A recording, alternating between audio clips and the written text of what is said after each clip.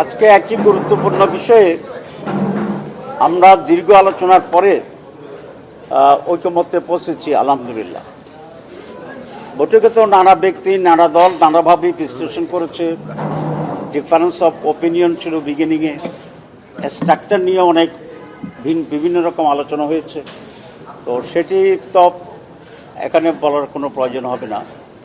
Finally যেটা হচ্ছে সেটা হচ্ছে আমরা সকলেই একটি বিষয়ে একমত হয়েছি যে ইলেকশন কমিশন এখন সংবিধানের আওতায় এটা আসবে। আগে এটা আইন দ্বারা নির্ধারিত ছিল, এখন এটা একটা কনস্টিটিউশনাল বডি হিসাবে কাজ করবে। আজকে এজেন্ডার ভিতরে এই ধরনের সংবিধান এবং সংবিধিবদ্ধ যে সমস্ত প্রতিষ্ঠান আছে সেগুলোর উপরেই আলোচনার এজেন্ডা দেওয়া হয়েছিল। এর ভিতরে 1 নম্বর ছিল নির্বাচন বিভাগের উপরে আজকে বিস্তারিতভাবে। সেখানে আমি শুনেছি আলোচনা ব্রিফ করা হয়েছে আপনাদের কাছে, এবং ব্রিফিংটা অনেকটা এরকমই, যেটার গঠন হবে আমাদের 5 জন সদস্য থাকবে, স্পিকার থাকবেন, ডেপুটি স্পিকার থাকবেন, বিরোধী দলের। আমরা সংবিধানের অ্যাডমিনিস্ট্রেটিভ আরেকটা সংশোধনীতে আমরা একমত ছিলাম যে সংসদে বিরোধী দল থেকে একজন ডেপুটি স্পিকার থাকবেন।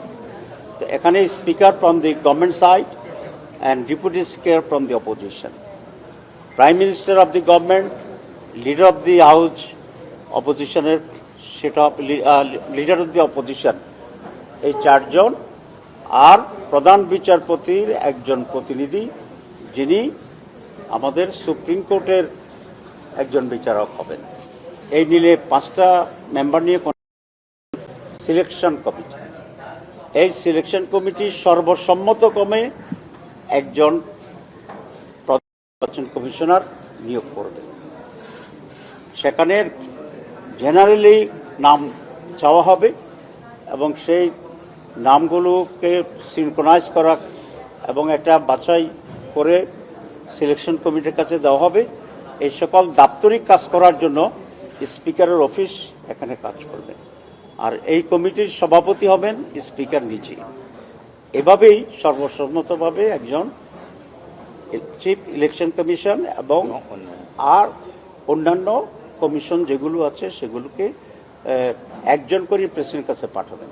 এখানে প্রেসিডেন্টের নিজস্ব কোনো আর চয়েস থাকার সুযোগ নেই, যাকে পাঠাবেন তাকে উনি অ্যাপয়েন্টমেন্ট দিতে বাধ্য হবেন। আগে ছিল চিফ ইলেকশন কমিশনার এবং 4 জন। এটা একটা অ্যামেন্ডেড হয়ে সেটা হচ্ছে প্রয়োজন সংখ্যক আইন দ্বারা নির্ধারিত হবে, এভাবে লেখা হয়েছে। কারণ ইলেকশন কমিশনার এখন বেশিও লাগতে পারে, কখনো কখনো কমও লাগতে পারে, সেই জন্য পার্টিকুলার নির্বাচনের আগে এই সংখ্যাটা নির্ধারিত হবে। তো আমরা এই বিষয়ে একমত হয়েছি। আর বাকি যেগুলো আছে সেখানে আরও কয়েকটি আছে, সেটা হচ্ছে দুর্নীতি দমন কমিশন আছে, পাবলিক সার্ভিস কমিশনের নিয়োগের বিষয়টি আছে, এরপরে ন্যায়পাল গঠনের বিষয়টি আছে, দুদক গঠনের বিষয়টি আছে, আর আমাদের চিফ অ্যাকাউন্টস কমিশন যেটা সেটা বিষয় আছে। তো এগুলো পরে আলোচনা হবে যখন, তখন এসব বিষয়ে আমরা ইনশাআল্লাহ মতামত। তো এই হচ্ছে আজকের মোটামুটি ব্রিফিং। তো আজকে অনেক ভেরি পজিটিভ এনভায়রনমেন্ট ছিল এবং আমাদের প্রত্যেকেই খুবই ডিলাইটেডলি আমরা এটা করেছি। সকলে একে অন্যের ব্যাপারে আমরা কমপ্লিমেন্টও দিয়েছি যে আজকে করেছে। So in a very healthy, complimentary, happy, enthusiastic, brotherly একটা এনভায়রনমেন্টে আজকে আমরা নির্বাচন কমিশন গঠনের ব্যাপারে, সংবিধানের অন্তর্ভুক্তির ব্যাপারে ঐক্যবদ্ধ হয়েছি এবং ঐকমত্য পোষণ করেছি। আপনাকে ধন্যবাদ।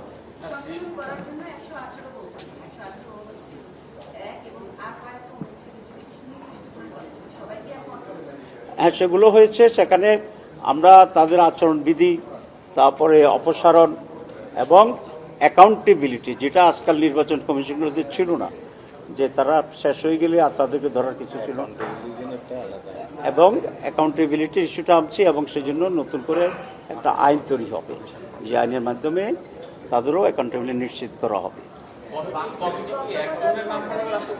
কমিটি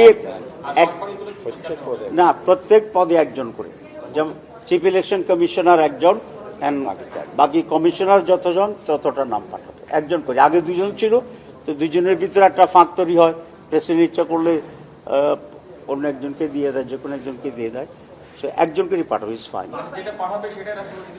নিয়োগ দিতে হবে। সিলেকশন কমিটি যেটা 5 সদস্যের করা হচ্ছে, তাতে তারা হচ্ছে একজন প্রধান নির্বাচন কমিশন সহ আর 4 জনকে সাজেস্ট করবেন এবং রাষ্ট্রপতির কাছে পাঠাবেন। তো চিফ ইলেকশন কমিশনারের বিষয়ে যদি কোনো কারণে ঐক্যমত্য না পৌঁছায় এই 5 সদস্যের বডিটা সিলেকশন কমিটি, সেই ক্ষেত্রে করণীয় কি হবে এই বিষয়টাতে? এই বিষয়ে অনেক কথা আসছে, এখানে আলোচনা হয়েছে, আমরা বলেছি না, এরপরে আর এটা না হইলে এটা, এগুলো আমরা লিখবো না। কেন লিখবো না? যে এই কমিটিতে হাইস্ট আমাদের রেসপন্সিবল ব্যক্তিরা এখানে জড়িত আছে, প্রাইম মিনিস্টার আছে, অপোজিশন লিডার আছে, এখানে স্পিকার আছে, ডেপুটি স্পিকার আছে, প্রধান বিচারপতির একজন প্রতিনিধি থাকবে, তিনি, এ সমস্ত লোকেরা অ্যাফিলিয়েট ডিভিশনের। তো এটা যদি এই টাইপের লোকেরাও যদি একমত হতে না পারে, তাহলে তো এই ইলেকশন সন্দেহজনক তৈরি হয়ে যাবে। আবার আমরা তাদের উপরে এই দায়িত্ব জাতির পক্ষ থেকে চাপাই দিতে চাই যে তাদের কনসাস এবং মোরাল স্ট্যান্ডার্ড যেন এমন হয় যে অ্যাটলিস্ট এই highest body of the country, এটাকে বলা যায়, they can come with solution and conclusion.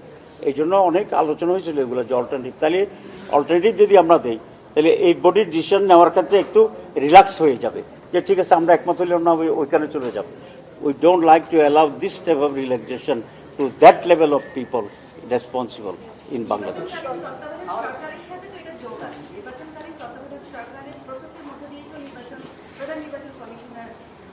না, তত্ত্বাবধায়ক সরকার তো আলাদা।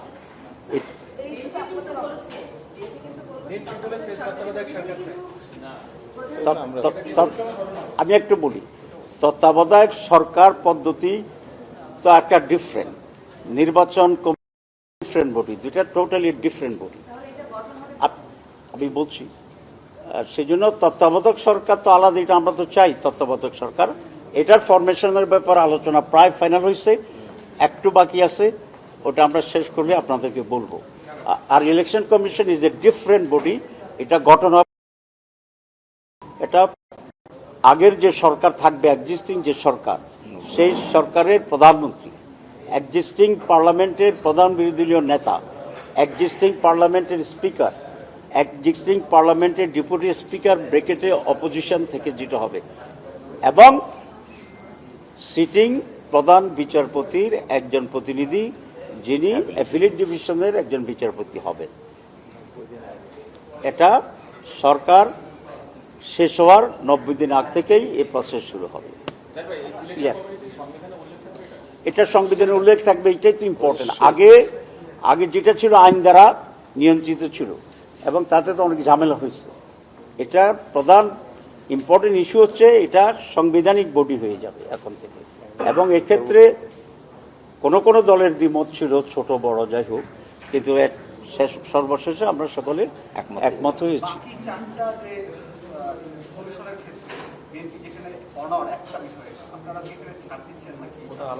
ওগুলো আলোচনা হয়নি, আলোচনা যখন হবে তখন কি স্টেজে আসবে তখন আমরা বলবো, আর বলার তো কোনো ঠিক নেই। তো থ্যাংক ইউ ভেরি মাচ।